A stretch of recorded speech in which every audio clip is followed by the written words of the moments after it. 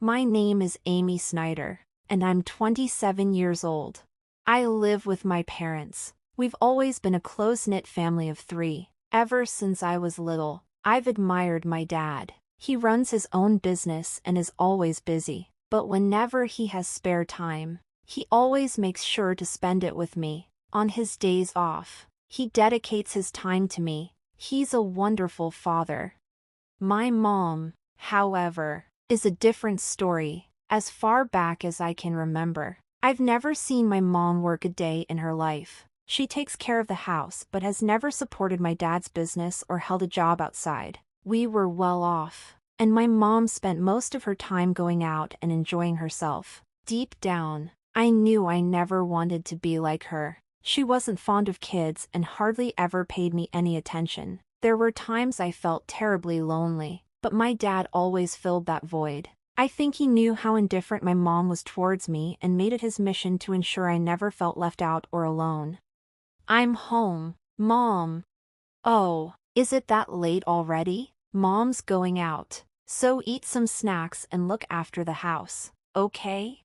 Didn't we promise to go shopping together today and make curry? Sorry. Something came up suddenly. We'll do that next time, okay? Okay. As a child, my mother often broke promises like these. At first, it brought me to tears, but I quickly learned not to take my mother's promises seriously. My father, on the other hand, never made vague promises like maybe, if I can, or I'll see. Over time, I came to rely on my father and saw him as a reliable and trustworthy person. I admired him so much that I begged to join his company after graduating from university. As an only child, I started thinking about inheriting the company and continuing my father's legacy. After I turned 20, my father took me out for drinks and taught me a lot. My mother had only been minimally involved in raising me, and as I grew older, she intervened in my life only once during my sophomore year of college. Dad, I want to work at your company after I graduate. I've already started studying for it. I even want to succeed you someday. Amy, are you sure? Wait a minute. A girl doesn't need to do that. Why not? I want to work hard like Dad. A woman should find a good man and let her husband earn a good living. That was typical of my mother. I knew she wouldn't understand, so I didn't continue the conversation. I didn't want to live my life depending on someone else like my mother. I always strove to become a strong woman who could stand on her own. For the rest of my college years, I studied hard and joined my father's company as soon as I graduated. I couldn't persuade my mother, but she eventually gave up. If you want to live your life this way, that's fine with me, but you'll be the one who suffers for not listening to your mother. If you're okay with that, do as you please, she said. So I did. Joining my father's company deepened the distance between my mother and me, but it brought my father and me closer. My father put in a lot of effort to train me, but there was a reason for that. He was sick. He spent about 6 months introducing me to people and teaching me the job before collapsing at work. He was immediately taken to the hospital, and for the next 5 years, he battled his illness. Amy, how's the company doing? Is it running smoothly without your dad? It's really hard right now, but everyone is supporting me. I'm sure it will be fine because Dad trusted me with everything I need. Well, as long as that's the case, if you, a woman, take over as the second generation and cause the company to go bankrupt, it would be a real shame. So be prepared for that. Mom, you really don't have any interest or love for the company. You're only concerned about others' judgment. It's sad to hear you say that. When my father first collapsed, I often argued with my mom. My father would come to the company on his good days, going in and out of the hospital, gradually weakening over 5 years. In the last year, he was almost bedridden. During his final visit to the company, he said to me, "This company and its employees are precious treasures to me, but I have to let go of my treasure." Over the past few years, I've watched you work, Amy. I trust you with it. Can I ask you to protect this place and everyone here for me? I don't know if I can be like you, Dad, but I'll keep trying to get closer to you, who I've always admired, so you can rest easy. From that day on, the title of representative was passed on to me. I had been so busy that I barely had time to go home. Since my father was mostly in the hospital, I made time to see him frequently. My mother did the bare minimum, like bringing him changes of clothes, but even that seemed bothersome to her. What does my mother think of my father? Does she not have any feelings or gratitude for him, or any feelings of pity for a sick person? I couldn't help but feel sorry for my father. I recalled how hard he had worked for me when I was young, a child unable to feel my mother's love, no matter how exhausted I was. I made it a point to visit him as much as possible. This routine lasted for about a year until he passed away peacefully in his sleep. I was so swamped with various tasks that I barely had time to grieve. My mother, who knew nothing, insisted that I handle everything, from the funeral arrangements to the hospital paperwork. Realistically, I didn't expect my mother, who had never done anything but stay home and play, to handle all of these procedures, so I silently took care of everything. Amy, the funeral's over. You've settled down now, haven't you? My mother broached the subject the day after the funeral. Please leave this house. I've just inherited 200 million yen, so I have no use for you anymore. Thank you. I was waiting for you to say that. I had concluded that talking to her any further was pointless. Did she think it was okay to just have money and live a life of leisure? I had nothing but questions, but I decided to leave. The next day, I called the service and sold all my belongings. My mother was utterly surprised at how quickly I had organized my departure. However, I had kept a secret from her. I didn't know why she claimed to have inherited 200 million yen, but my father had entrusted all the money matters to me, and I was the rightful inheritor. There wasn't a single penny left for my mother. My father had firmly requested this when he was still healthy.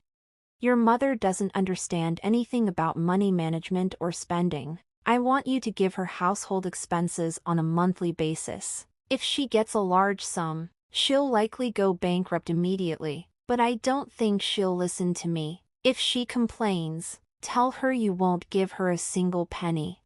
No way.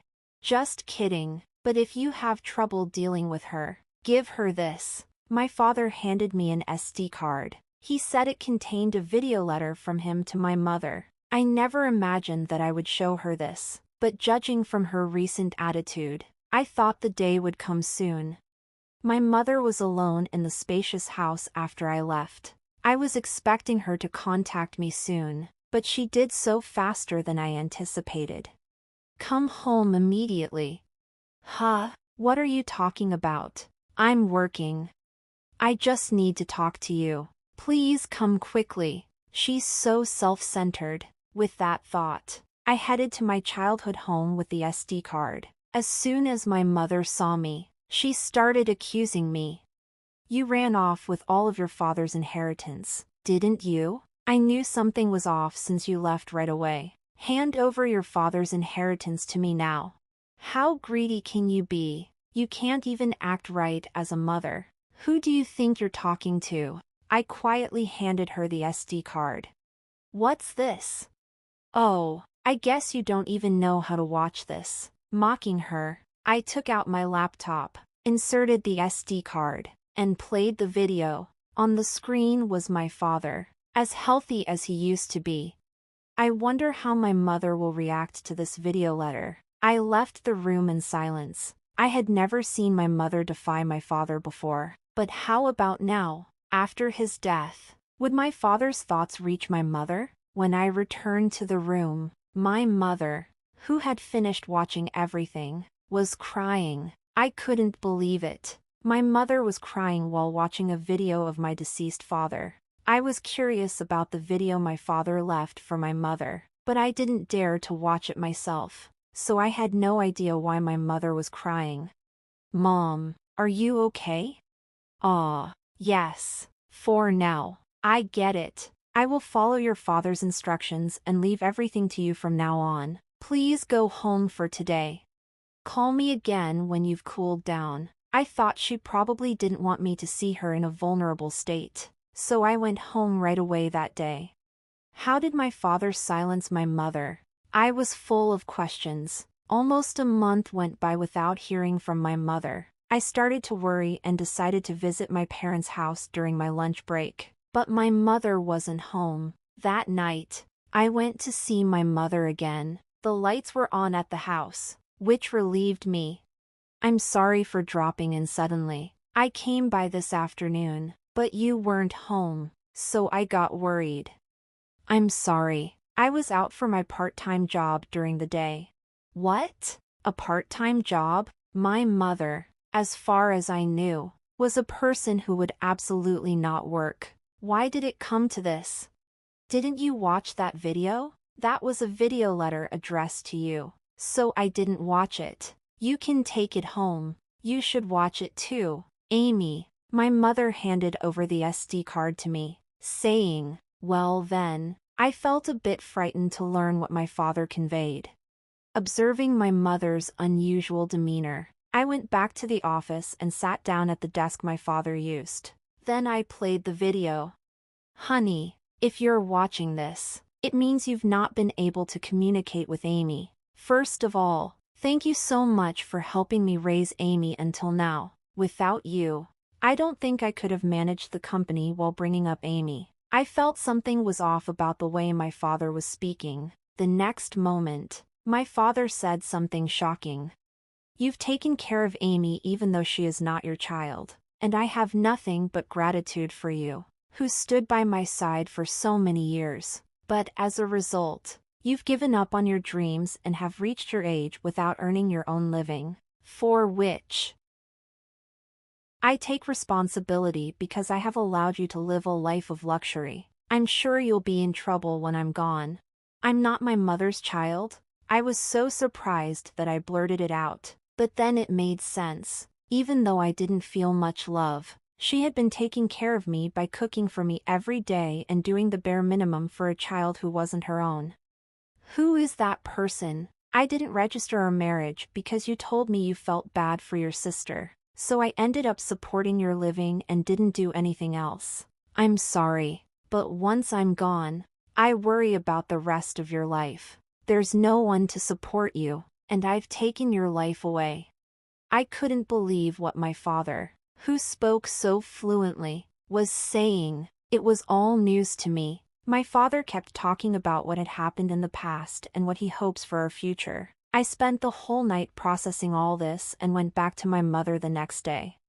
Mom, I watched the video from Dad yesterday. You know it all now. I raised you because I was asked to. That's all. What happened to my biological mother? You were the child of my sister and your father. My sister died right after giving birth to you, and I told your distressed father that I would help raise you. I would become your mother. After hearing the story from my mother, I understood everything, even the parts one had imagined. My mother used to work in a diner, and my father used to go there to eat sometimes. My mother was lively and hardworking at that time, and her dream was to have her own diner. However, when she decided to become my mother, she gave up on that dream. After being reminded about her dream by my father, my mother decided to work for it again and is now training as a part-timer to make that dream come true. I should have done this earlier. Working is fun and suits me. I had no idea. So it's my fault you didn't work. I'm really sorry for not knowing anything. It's not your fault, Amy. I made the decision myself, but I'm not good with children, so I couldn't handle you well, and I'm the one who caused you trouble.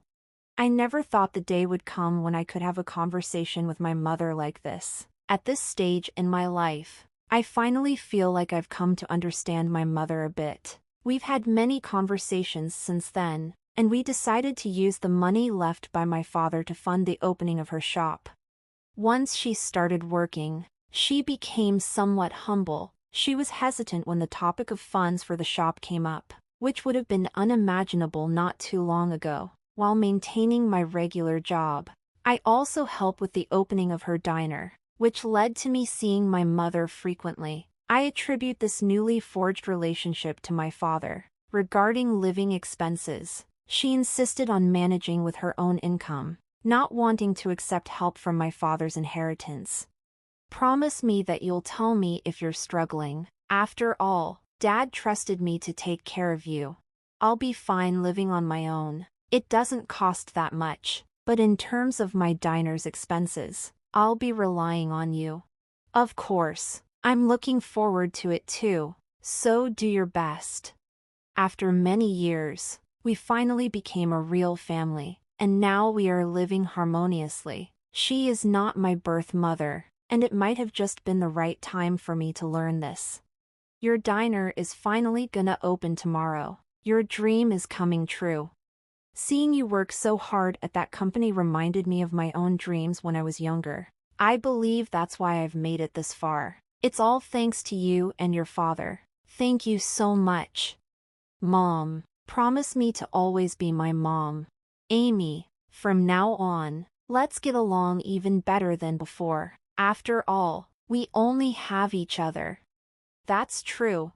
Upon my father's death, the truth was revealed. I accepted the reality and decided to live on with just my mother and me. As I observed my mother's lifestyle, I thought about moving back to my hometown and living together with her again. I don't cook, so my mother is concerned about my poor diet and is supportive of me coming back. My father would probably be surprised that we're getting along so well. His house, company, and inheritance that he left behind, I'll protect them at all costs while continuing to get along with my mother. In order to become a real family, we visited the graves of my father and my biological mother, my mother's older sister, to give our daily life updates. After going through the process of adoption, I finally became registered as the daughter of my mother.